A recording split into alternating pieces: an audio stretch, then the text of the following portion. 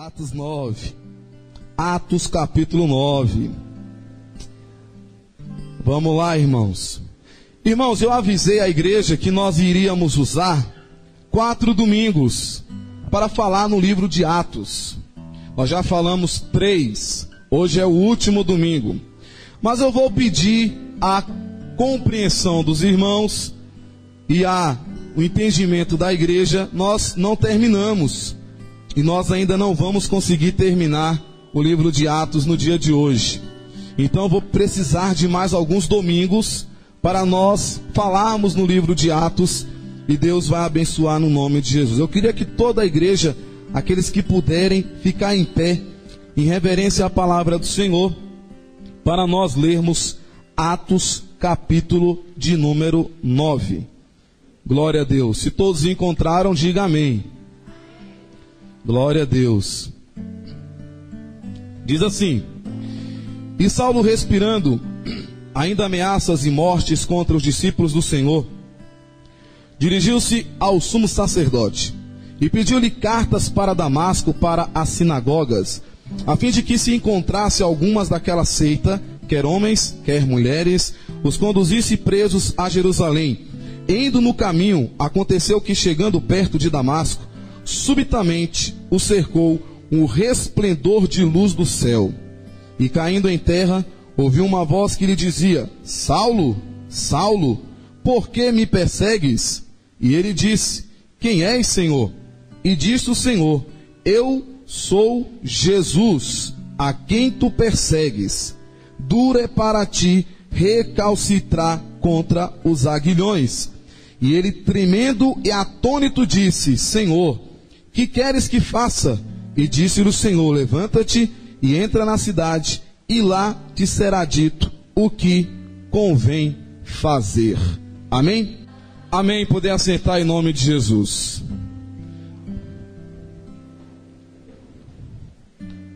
Muito bem, irmãos, esse texto aqui de Atos 9, aqui realmente vai começar uma grande perseguição à igreja. Atos capítulo 9. A Bíblia diz que Saulo, respirando ainda ameaças de morte. Pensa no homem irado. O que você pensar de um homem irado ainda é pouco.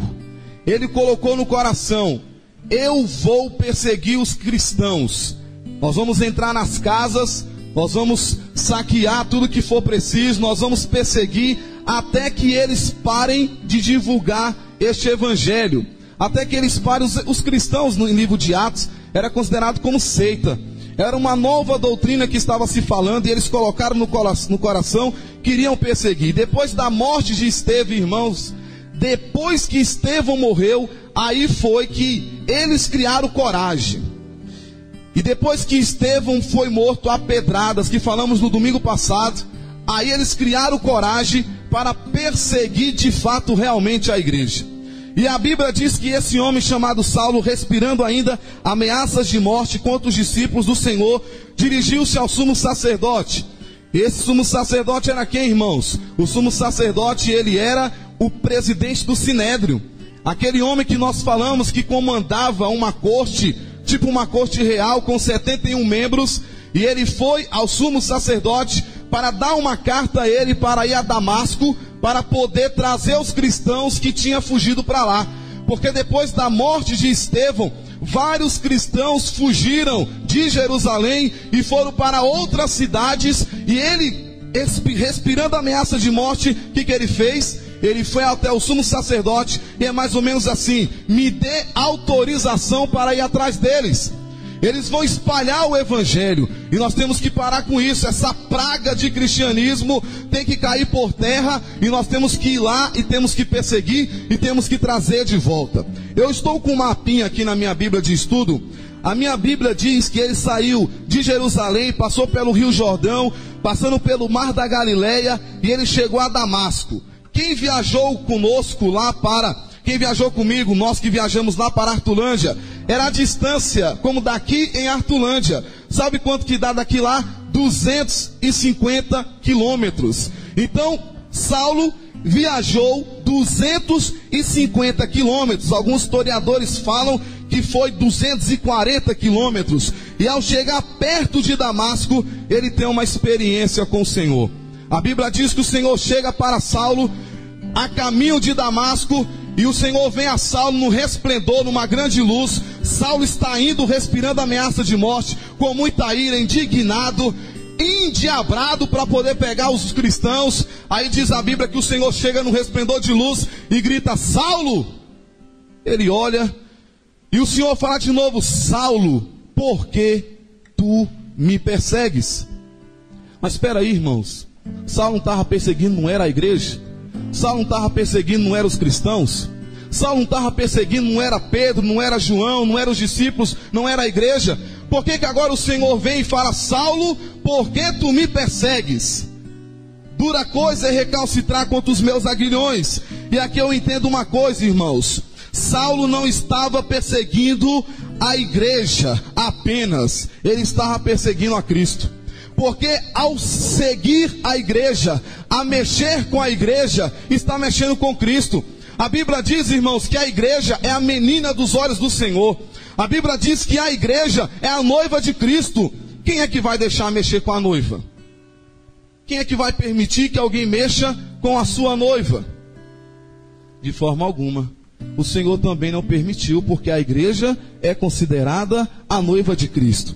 O Senhor morreu pela igreja. A Bíblia diz que o livro de Atos começa falando da ressurreição de Jesus, da ascensão de Cristo aos céus, porque o Senhor, Ele morreu. E morreu por quem? Morreu por mim e morreu por você. Então, ao perseguir a igreja, estava perseguindo quem? Ao próprio Senhor. Eu lembro, irmãos, que eu era pequeno, estava na rua lá da quadra 3 do Oeste. Eu lembro que eu estava ali com alguns primos meus, o Ed Gleison, estava lá com o Fernando, estava lá com alguns primos meus, e eu lembro que veio um rapaz da quadra 1, lembro até o nome dele, o Ailton, e esse rapaz veio, irmão, me deu um tapa nas costas, que ficou cravado 5 dedos nas minhas costas. E eu cheguei em casa chorando, porque me doeu muito. Eu lembro, irmãos, que meu pai largou tudo que estava fazendo, correu atrás desse rapaz até a quadra 1, sei lá perto da chácara lá do setor do Cisto, pegou esse camarada, irmãos, trouxe ele até a mim e fez ele me pedir desculpa. E depois que ele me pediu desculpa, eu fiquei todo cheio, tipo assim: mexe comigo, meu irmão, pra ver. Só falo com meu pai ali, meu pai resolve todas as coisas. É mais ou menos assim, irmão. Mexer com a igreja vai mexer com o próprio Deus. Mexer com a igreja do Senhor. E como é que se mexe com a igreja? Falando de mim, falando de você. Como é que se mexe com a igreja? Porque a igreja, irmãos, não é isso aqui não, já canso de falar. A igreja não são paredes. Tanto é que nós vamos quebrar algumas coisas aqui, porque a igreja não são paredes. A igreja é quem? A igreja sou eu, e a igreja é o quê? Você. Nós somos a igreja do Senhor. Então, se mexeu com a igreja, está mexendo com quem? Com Cristo. Fala assim pro seu irmão: não mexe comigo. Não mexe comigo. Fala assim: se você tem juízo, não mexe comigo. Porque se mexer comigo, você está enrolado. Porque o próprio Senhor vai tomar as dores. E aí o que acontece, irmãos? A Bíblia diz que Saulo está caído ali. E a palavra do Senhor diz que ele fala: Saulo, eu sou Jesus a quem você está perseguindo. E a Bíblia diz que ele tremendo, acompanhe comigo na sua Bíblia, Atos 9:6. E ele tremendo e atônito disse: Senhor, que queres que faça? Ele reconheceu o poderio do Senhor. Hoje pela manhã aqui na igreja, na escola dominical, nós falamos sobre isso, a soberania de Deus. Deus é soberano, Ele é tremendo, Ele é poderoso. E ele, reconhecendo a grandeza de Deus, diz a Bíblia que ele estava atônito, ou seja, confuso, perturbado, tonto, ao ponto de ficar perturbado sem entender aquilo. Quem estava acompanhando Saulo ficou de boca aberta, porque viu o esplendor daquela luz. E eles não viam nada, porque Jesus não estava de forma física. Os irmãos já sabem, ele já tinha subido ao céu. Ficou com os discípulos 40 dias, já estava com o Senhor à destra de Deus. Mas agora o Senhor vem em uma luz, em voz, e fala com Saulo. E fala: por que você está me perseguindo? Acompanhe na Bíblia, irmãos. Olha só o que diz a Bíblia no versículo 6. E disse-lhe o Senhor: levanta-te, entra na cidade, e lá te será dito o que convém fazer. A Bíblia diz, irmãos, que ele entrou em Damasco. Ele entrou em Damasco e diz a palavra do Senhor que chegando ali, ele não comeu, ele não bebeu e esteve 3 dias sem ver e ficou ali em Damasco, sendo guiado pela mão daqueles homens que tinha levado Saulo até aquela casa. Escuta aqui, ficou sem visão. Saulo ficou cego, irmãos. Saulo ficou 3 dias sem comer, 3 dias sem beber, cego, porque ele tinha mexido com a igreja do Senhor. E quando o Senhor vem, o Senhor tinha um propósito na vida de Saulo. Entenda uma coisa, irmãos, quem me escolheu para estar aqui hoje à noite, não fui eu não. Não fui eu que escolhi isso aqui não. A Bíblia diz que o Senhor me escolheu. Você está aqui essa noite, não foi você que se escolheu a estar aqui não. Quem te escolheu foi o Senhor. Sabe o que a Bíblia diz em João 16,15? João 16,15 diz assim, ó: não me escolhestes vós a mim, mas eu vos escolhi a vós e vos nomeei, para que vades e deis fruto, e o vosso fruto permaneça, a fim de que tudo quanto em meu nome pedizes ao Pai, Ele vos conceda. Fala assim: o Senhor me escolheu. Fala um pouquinho mais forte: o Senhor me escolheu. O Senhor te escolheu, meu irmão. Você está aqui porque o Senhor te escolheu. Essas pessoas que nós chamamos para vir à frente, que pregaram a palavra do Senhor, o Senhor escolheu a vós. Então, irmãos, você foi escolhido. E já pensou ser um privilégio ser escolhido por Jesus? Você já pensou? Eu não sou atleta. Não sou atleta, até pensei em ser, joguei no Gama, segue do Gama, na escolinha, coisa e tal, mas não deu certo, irmão. O irmão Averino sim, foi jogador de futebol, jogou no Gama, jogou no Guará, jogou em vários clubes, jogou no Sport Recife. Ele sim foi jogador, eu não fui. Agora imagina um jogador de futebol, irmã Franciane, na véspera de uma escalação para ser escolhido para ir para a Copa do Mundo. O cidadão nem dorme. O Neymar não, o Neymar já vai se escolher de todo jeito, né? Porque tem uns que já é escolhido de cara. Mas tem uns que ficam assim: será que eu vou? Será que eu não vou? Nem dorme, pensando em ser escolhido para o que, igreja? Para ir para a Copa do Mundo. Uma pessoa que presta um concurso público, ele fala: será que eu fui chamado? Será que eu vou ser chamado? Alguém que faz uma entrevista, ele pensa: será que eu vou ser escolhido para isso? Irmão, ser escolhido por um técnico de futebol para ir para uma Copa do Mundo pode ser muito bom e agradável. Ser escolhido para ir para uma empresa pode ser muito bom e agradável, e é. Mas você já imaginou ser escolhido pelo próprio Senhor? Escolheu a sua vida para que você pudesse fazer uma obra nessa terra. É um privilégio muito grande, meu irmão, e você foi escolhido para poder fazer essa diferença, esta obra, e Deus vai abençoar a sua vida. É uma alegria muito grande em saber que você, no meio de tanta gente, é escolhido para poder fazer uma grande obra. E a Bíblia diz então que Saulo foi escolhido. Por que eu falo isso? Porque a Bíblia diz que o Senhor chama um homem chamado Ananias e fala: Ananias, tu vai se levantar e você vai lá em Damasco e vai procurar um homem de Tarso chamado Saulo. E você vai abençoar a vida dele, ele está orando. E Ananias fala para o Senhor: mas Senhor, como é o nome do rapaz aí? Como é que é o nome do rapaz aí, Senhor? Saulo? Senhor do céu, Saulo? Conheço Saulo. Senhor, o maior perseguidor dos cristãos. O homem que está respirando ameaça contra os cristãos. O que eu vou fazer lá, Senhor? Pode ir, Ananias, porque esse homem foi escolhido para poder fazer a minha obra, e o meu nome, através da vida dele, vai ser glorificado e exaltado. Vamos acompanhar isso na Bíblia? Vamos lá? Atos 15:16. Atos capítulo 15, versículo 16. Olha só o que diz 15:16. Atos: disse, porém, o Senhor: vai, porque... Vamos ler aqui do versículo de número 12, Atos 9:12. E numa visão ele viu que entrava um homem chamado Ananias, e punha sobre ele a mão para que tornasse a ver. E respondeu Ananias: Senhor, de muitos ouvi acerca deste homem, quantos males tem feito aos teus santos em Jerusalém. E aqui tem poder dos principais dos sacerdotes para prender a todos os que invocam o teu nome. Olha o 15. Disse-lhe, porém, o Senhor: vai, porque este é para mim um vaso escolhido para levar o meu nome diante dos gentios e dos reis e dos filhos de Israel. Eu lhe mostrarei quando deve padecer pelo meu nome. E a Bíblia diz que Ananias foi, entrou na casa e, impondo-lhe as mãos, disse: irmão Saulo, o Senhor Jesus te apareceu no caminho por onde vinhas, me enviou para que tornes a ver e sejam cheios do Espírito Santo. Ananias chega lá, vê um homem chamado Saulo, né? E a Bíblia diz que chegou e falou: irmão Saulo. O homem que perseguiu os cristãos, Ananias chama de irmão, porque Ananias entendeu o chamado que Deus tinha na vida de Saulo. E Ananias fala: irmão Saulo, o Senhor te escolheu, tornes a ver, Saulo. E a Bíblia diz que ele foi cheio do Espírito Santo de Deus. Que eu quero falar com isso, irmão. Quem vai trazer as pessoas para fazer a obra de Deus é o próprio Deus. Ah, mas ali tem uma prostituta. Ah, mas ali tem um homossexual. Ah, mas ali tem uma lésbica. Ah, mas ali tem um traficante. E aí? A igreja vai lá, divulga a palavra, Deus transforma, tira os carrapichos e daqui um pouco está aqui dentro, levantando a mão, aceitando a Jesus e adorando e bendizendo o nome do Deus Todo-Poderoso.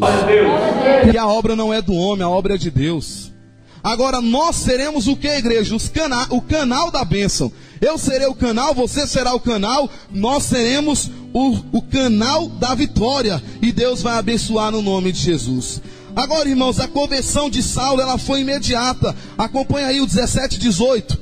Atos 17, 18. E Ananias foi, entrou na casa. Nós acabamos de ler o 18. E logo lhe caíram dos olhos como umas escamas, e recuperou a vista, e levantando-se, foi batizado.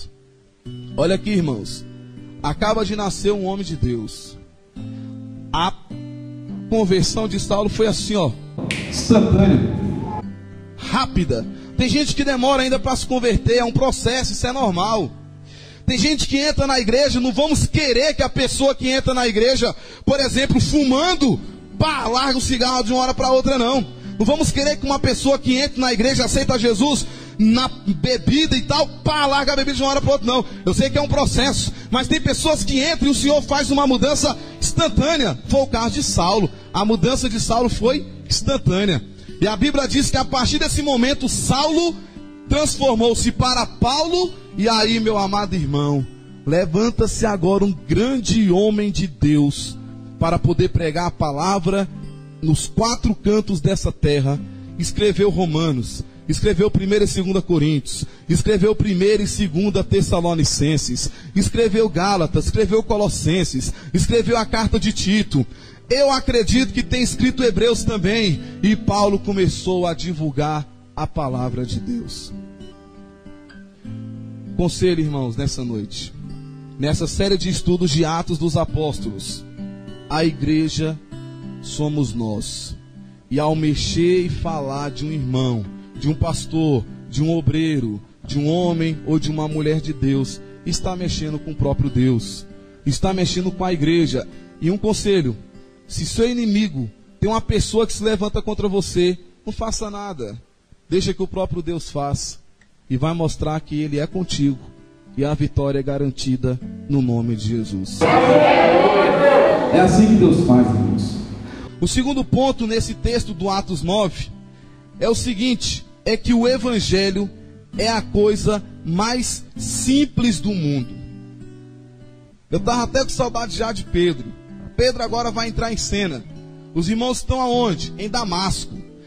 Uma mulher chamada Dorcas manda chamar Pedro para orar por um homem chamado Enéas. Aliás, Enéas não, para orar por uma mulher chamada Tabita. Mas antes de orar por Tabita, ele realiza um grande milagre através de Enéas. Nós estamos já em Atos 9, versículo 32.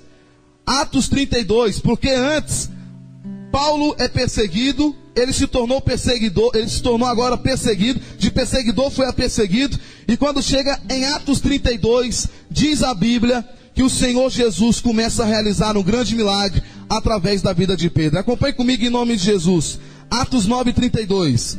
E aconteceu que, passando Pedro por toda parte, veio também aos santos que habitavam em Lida, e achou ali certo homem chamado Enéas, jazendo numa cama, havia 8 anos, o qual era paralítico. Olha todos para mim. Um homem paralítico, por nome de quê? Enéas. Diz a Bíblia que esse Enéas, sabendo da fama de Pedro, os irmãos lembram que eu falei nos domingos anteriores que a sombra de Pedro, pelo poder de Deus que estava na vida dele, a unção de Deus que estava na vida de Pedro, através da vida de Pedro, muitos eram curados, muitos recebiam a cura, muitos eram abençoados através da vida de Pedro. Pedro e João foi num templo Formosa em Atos 3 e olhou para o paralítico e disse: olha, eu não tenho prata nem ouro, mas o que eu tenho eu te dou, levanta e anda. O paralítico levantou e andou. Então, sabendo da fama de Pedro, esse homem chamado Enéas em Damasco, diz a Bíblia o quê?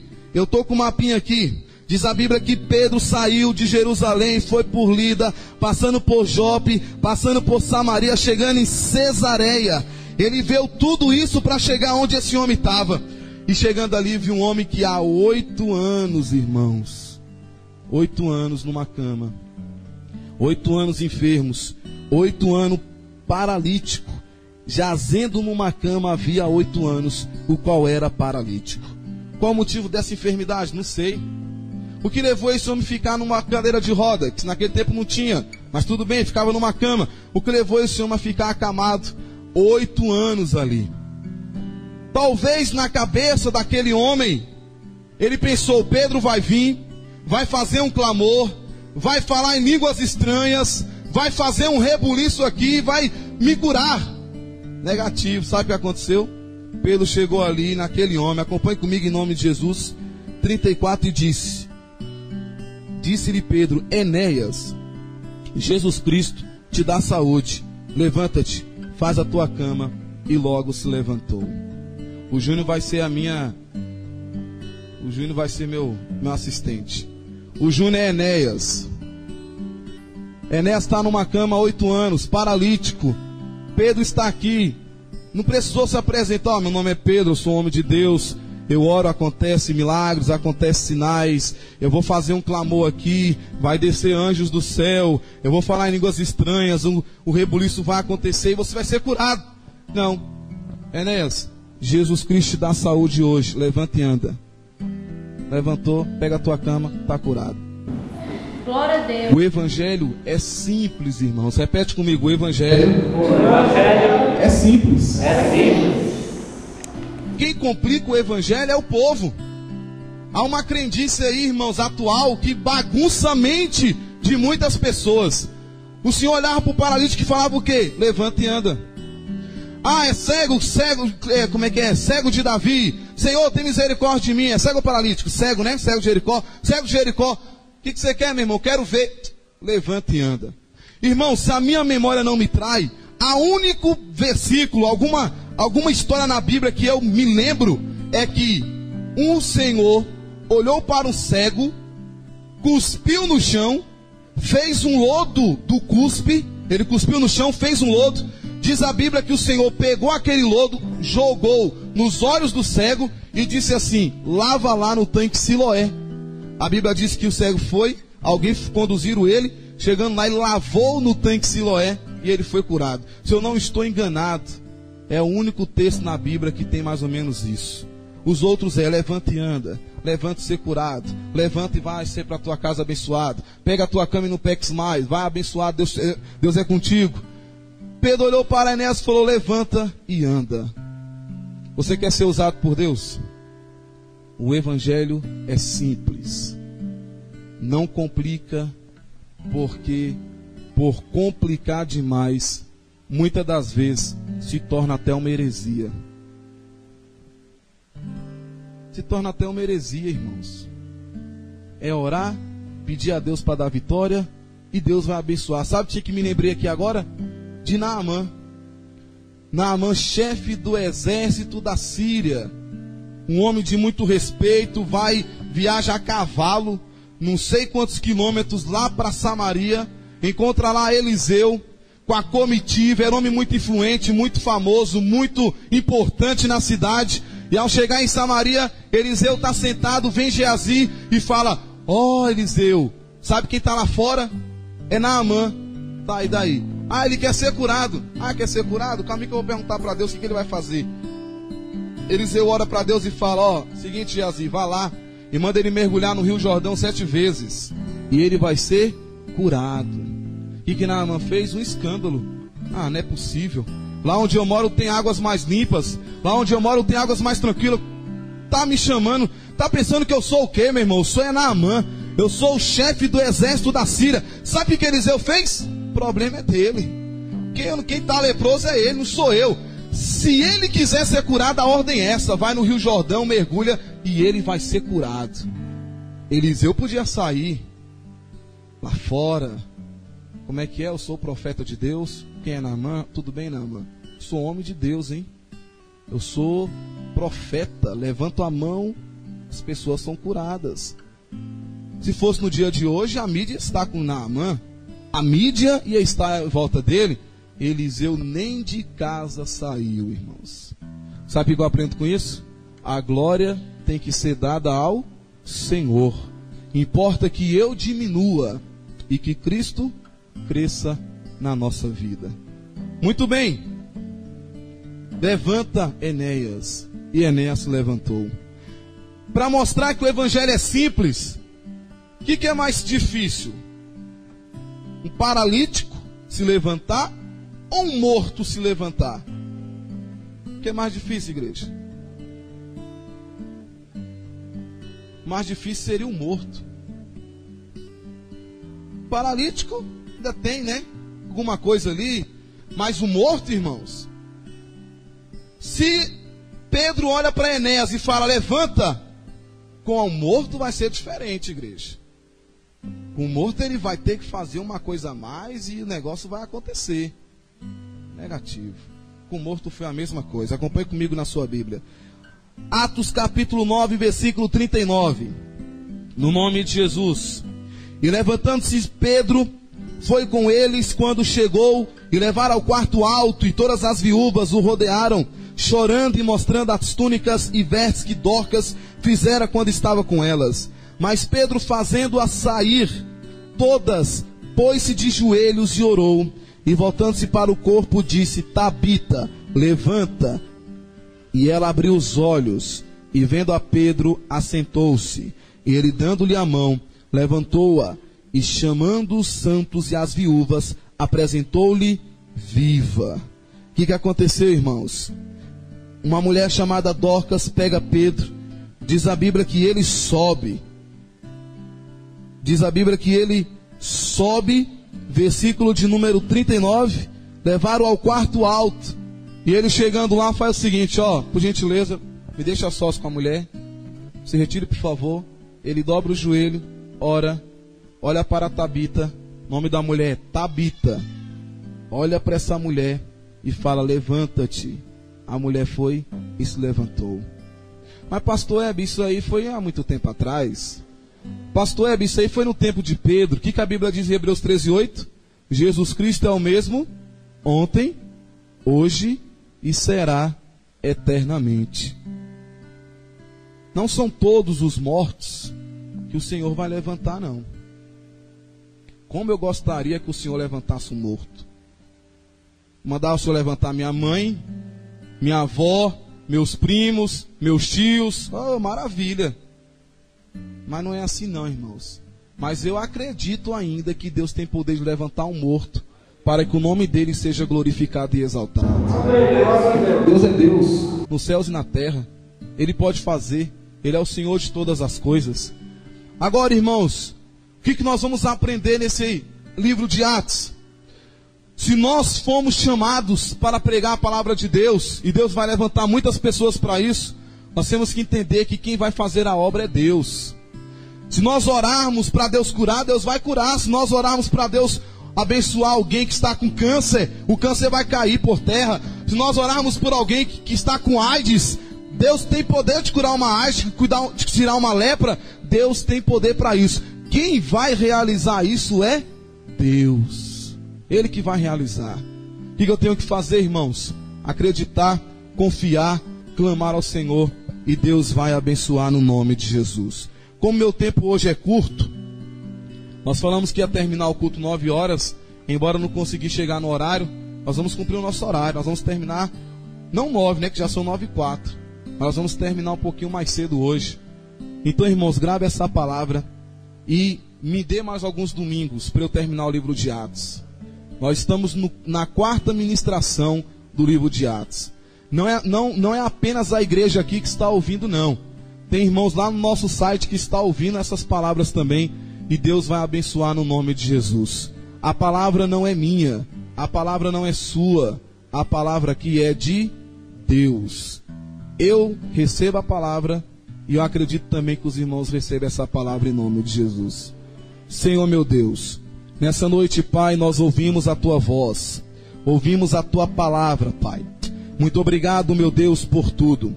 Abençoa no nome de Jesus, pelo Teu poder, pela Tua unção, pela Tua graça, pela Tua glória. Abençoa, ó meu Deus, as nossas vidas. Saulo foi abençoado por Ti. Tu escolheu a vida de Saulo para pregar a Tua palavra e fazer a Tua obra. E eu acredito, Senhor, que eu também fui escolhido para poder ministrar a Tua palavra. Mas os meus irmãos que aqui estão também foram escolhidos para anunciar o Teu evangelho. Abençoa, meu Deus, no nome de Jesus, pelo Teu poder e pela Tua graça. É o que eu te peço nessa noite, Senhor. Amém, Jesus. Amém, Jesus. E amém. Dê um aplauso bem forte ao Senhor Jesus.